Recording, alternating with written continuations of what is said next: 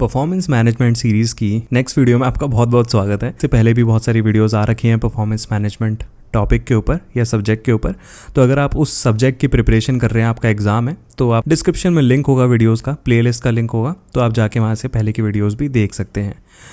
नमस्कार दोस्तों, मेरा नाम है सोनू सिंह और आप देख रहे हैं सोनू सिंह पीपीटी वाले। आज की इस वीडियो में हम डिस्कस करने वाले हैं परफॉर्मेंस प्लानिंग के बारे में।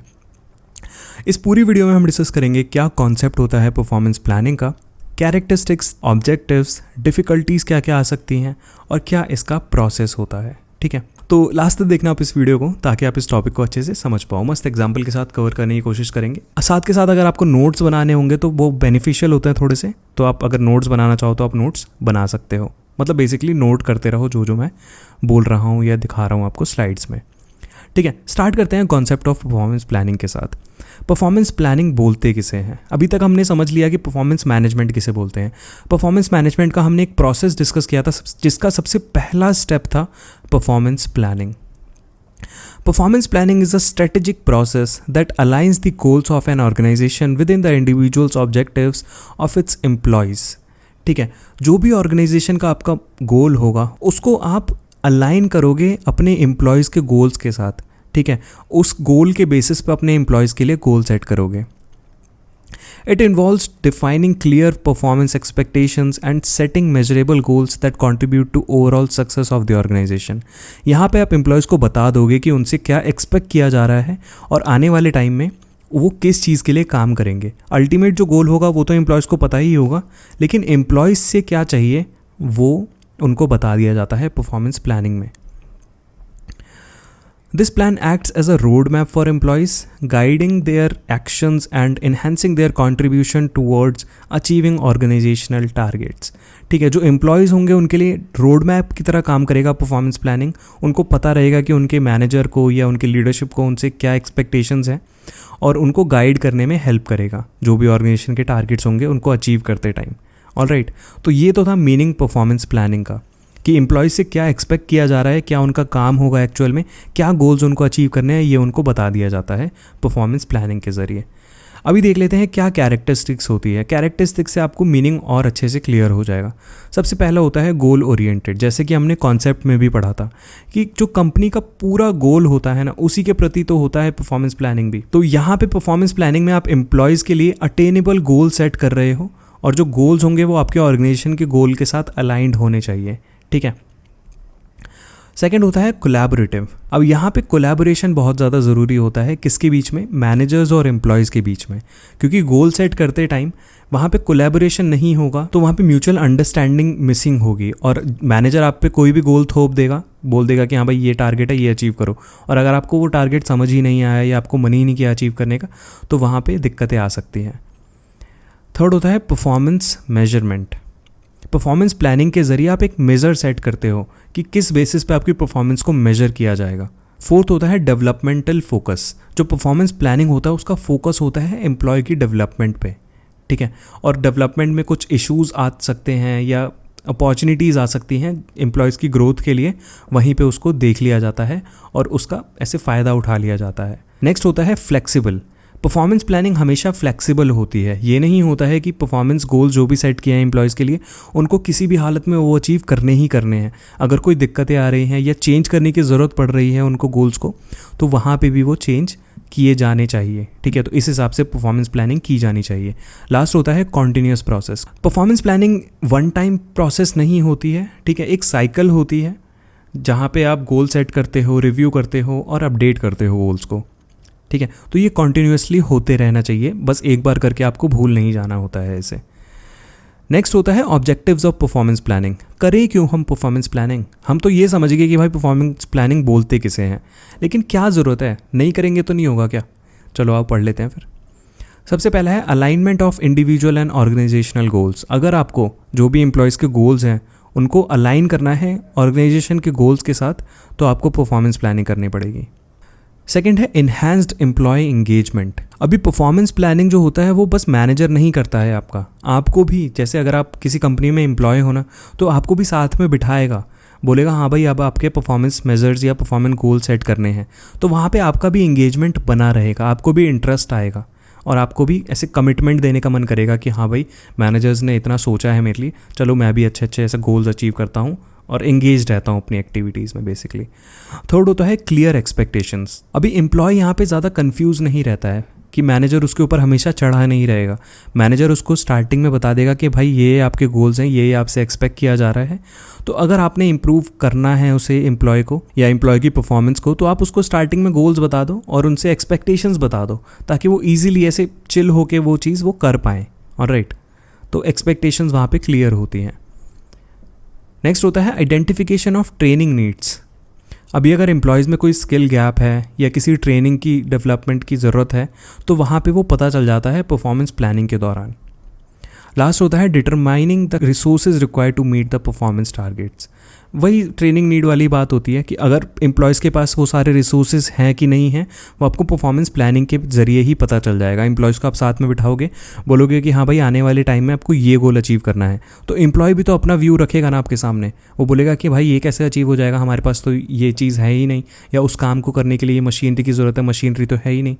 ठीक है, तो रिसोर्स की रिक्वायरमेंट अगर जो भी चीज़ होती है वो परफॉर्मेंस प्लानिंग में पता चल जाती है, इसलिए भी करनी चाहिए परफॉर्मेंस प्लानिंग। अभी दिक्कतें भी तो बहुत सारी आती है ना भाई, प्लानिंग है तो दिक्कतें तो आएंगी। तो परफॉर्मेंस प्लानिंग की क्या क्या डिफ़िकल्टीज़ आ सकती हैं। आई एम सो सॉरी अगर कोई बैकग्राउंड नॉइस आपको सुनाई दे रही होगी तो। There are some doggies who are barking. First difficulty होती है lack of clear direction. Performance planning में कई बार मैनेजर्स ऐसे मिसलीड हो जाते हैं या एम्प्लॉयज़ को कंफ्यूज कर देते हैं, जहाँ पे क्लियर डायरेक्शन नहीं मिलती है एम्प्लॉयज़ को। ठीक है, उस काम को या उस गोल को पूरा करने के लिए, तो दिक्कतें आ जाती हैं वहाँ पे। सेकंड होता है एम्बिशियस गोल्स। ऐसे ऐसे गोल सेट कर देंगे कि भाई वो अचीव ही नहीं हो सकते हैं। तो गोल्स जो होंगे वो रियलिस्टिक रखो और एम्प्लॉयज़ को समझ में आए ऐसे गोल्स रखो, ताकि वो उसके प्रति काम कर ले और उस गोल को अचीव कर पाए ईजिली। थर्ड होता है गोल एंड इंसेंटिव मिसअलाइनमेंट। अब गोल अगर आप दे रहे हो एम्प्लॉयज़ को, तो मेक श्योर करो ना कि वो अगर पूरा कर लें तो उसके लिए कोई मोटिवेशन फैक्टर भी होना चाहिए, या इंसेंटिव होना चाहिए, रिवॉर्ड होना चाहिए। ठीक है, तो वो दोनों आपस में अलाइंड होने चाहिए। उनको पता रहना चाहिए कि भाई आने वाले टाइम में अगर आप इतना गोल अचीव करते हो तो आपके लिए क्या है, इसमें आपको कैसे फ़ायदा होगा। ठीक है, अगर वहाँ पे मिसअलाइनमेंट है तो भूल जाओ कि आपका गोल कोई एम्प्लॉय अचीव करेगा। फोर्थ होता है पुअर कम्युनिकेशन। अगर कम्युनिकेशन एडुकेट नहीं है, अच्छे से नहीं हो रहा है, तो मिसअंडरस्टैंडिंग्स बढ़ेंगी वहाँ पे कि क्या एक्सपेक्ट किया जा रहा है, क्या ऑब्जेक्टिव्स हैं, क्या करूँ क्या ना करूँ, क्या ना करें, ये कैसी मुश्किल है, वैसा वाला सीन हो जाएगा। फिफ्थ होता है इनएफिशिएंट रिसोर्सेज। जैसे कि हमने पिछले स्लाइड में पढ़ा था कि वहाँ पे रिसोर्सेज का पता लगाना बहुत ज़रूरी होता है। अगर रिसोर्सेज नहीं है उस चीज़ को पूरा करने के लिए, तो वहाँ पे परफॉर्मेंस प्लानिंग का करने का कोई फ़ायदा नहीं है। और लास्ट होता है इनकंसिस्टेंट फॉलोअप। मैनेजर ने अगर एक बार एम्प्लॉय को गोल बता दिया, उसके बाद भूल गया, उसने ऐसे रिव्यू नहीं किया रेगुलरली, फीडबैक नहीं लिया, तो फेल हो सकता है आपका परफॉर्मेंस प्लान जो भी आपने डिसाइड किया है, और जो भी डिज़ायर्ड आउटकम आपने सोचा है वो शायद ना मिले आपको। इसलिए कंसिस्टेंसी ज़रूरी है फॉलोअप्स में। तो आइए एक एग्जांपल का देखते हैं, उसके बाद आपको मस्त एकदम क्लियर हो जाएगा। गूगल का एग्जांपल लो। गूगल अपनी कंपनीज़ में क्या करता है ना, एक बार पढ़ लेता हूँ पहले, फिर मैं आपको बताता हूँ। Google set goals and tracks it progress using a performance planning approach called OKRs, objectives and key results. Every employee establishes personal goals that are consistent with the broader goal of the organization, and important outcomes that are precise, measurable and time bound are used to gauge progress. तो Google क्या करता है, एक approach use करता है जिसका नाम है OKRs, जहाँ पे ऑब्जेक्टिव सेट करते हैं और की रिजल्ट्स देखा जाता है। ठीक है, तो यहाँ पे सारे एम्प्लॉयज़ क्या करते हैं, पर्सनल ऑब्जेक्टिव सेट करते हैं। पर्सनल ऑब्जेक्टिव ऐसा नहीं कि भाई बिल्कुल ही पर्सनल एकदम ग्रीडी हो गए, नहीं। गूगल का जो मेन ऑब्जेक्टिव होगा ना, ब्रॉडर ऑब्जेक्टिव होगा, उसके बेसिस पे पर्सनल ऑब्जेक्टिव सेट करते हैं। उसको ट्रैक करने के लिए उस ऑब्जेक्टिव को कि कितना पूरा हुआ कितना नहीं हुआ, वो एक अप्रोच यूज़ करते हैं जिसका नाम है की रिजल्ट्स। ठीक है, ताकि उससे प्रोग्रेस पता चलती रहे कि कितना रिजल्ट आया उसका।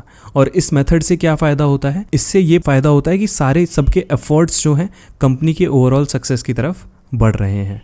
ऑलराइट, जो भी पर्सनल गोल्स उन्होंने सेट किए हैं। तो फिर एक कंपनी आती है जनरल इलेक्ट्रिक। ये दोनों रिलेटेड नहीं है, मैं पहले बता रहा हूँ, ये अलग एग्जांपल है। गूगल वाला अलग एग्जांपल है। फिर GE वाला क्या है, पढ़ लेता हूँ एक बार मैं।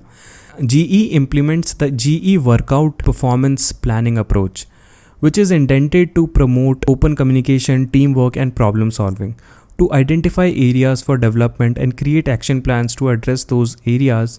The process entails bringing together personnel from all levels of organisation. General Electric company क्या कर रही है, अप्रोच यूज़ कर रही है जीई वर्कआउट, जिसमें जनरल इलेक्ट्रिक एक सेशन अरेंज कर रही है ताकि सारे एम्प्लॉयज़, सारे लेवल्स के एम्प्लॉयज़ डिस्कशन करें और प्रॉब्लम सॉल्विंग करें, ठीक है, साथ में मिलके। और इस सेशन से क्या हो रहा है, जो एम्प्लॉयज़ में अगर कोई इम्प्रूवमेंट की नीड है या किसी स्पेसिफिक प्लान को एड्रेस करना है, किसी स्पेसिफिक इश्यूज़ को एड्रेस करना है, वो पता चल रहा है, ठीक है। और इसका पर्पस क्या है इस सारी चीज़ को करने का, ताकि टीममेट्स जो होंगे उनके बीच में ओपन कम्युनिकेशन हो, टीम वर्क अच्छा हो, ठीक है, और ऑर्गेनाइजेशन की परफॉर्मेंस इन्हांस हो वहाँ पे, ठीक है। एक और एग्जांपल देख लेते हैं अच्छे से क्लियर करने के लिए। इसके बाद हम डिस्कस करेंगे स्ट्रैटेजिक प्लानिंग प्रोसेस, ठीक है, और वो लास्ट स्लाइड होगी, तो कहीं जाना मत। आई नो ये थोड़ी सी लंबी नहीं है वीडियो, तो आप अभी तक बने हुए होगे वीडियो में। अगर आप अभी तक हो वीडियो में तो प्लीज़ नीचे कमेंट में लिख देना कि हाँ जी हम यहाँ तक पहुँच गए हैं। अच्छा लगता है ऐसे देखने में कि हाँ एंगेज्ड है मेरी ऑडियंस।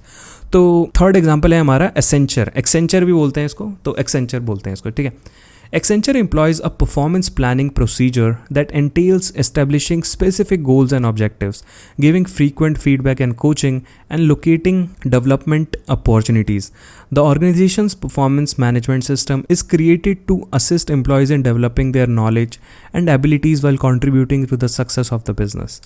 अब Accenture क्या कर रही है, एक परफॉर्मेंस प्लानिंग प्रोसेस यूज़ कर रही है या प्रोसीजर यूज़ कर रही है, जिसमें एसेंचर एक स्पेसिफिक गोल सेट कर रही है या गोल सेट कर रही है बहुत सारे स्पेसिफिक अपने एम्प्लॉयज़ के लिए, और एसेंचर रेगुलर फीडबैक्स दे रही है, कोचिंग दे रही है ताकि एम्प्लॉयज़ की डेवलपमेंट होती रहे। और जो भी ये परफॉर्मेंस प्लानिंग सिस्टम बना हुआ है, ये एम्प्लॉयज़ की ग्रोथ को या उनकी स्किल्स को ग्रो करने के लिए बनाया गया है, ताकि एसेंचर की जो सक्सेस है, लॉन्ग टर्म सक्सेस है, उसको इंश्योर किया जा सके, ठीक है। ये कुछ एग्जाम्पल थे जहाँ पे परफॉर्मेंस प्लानिंग कर रही है कंपनीज़।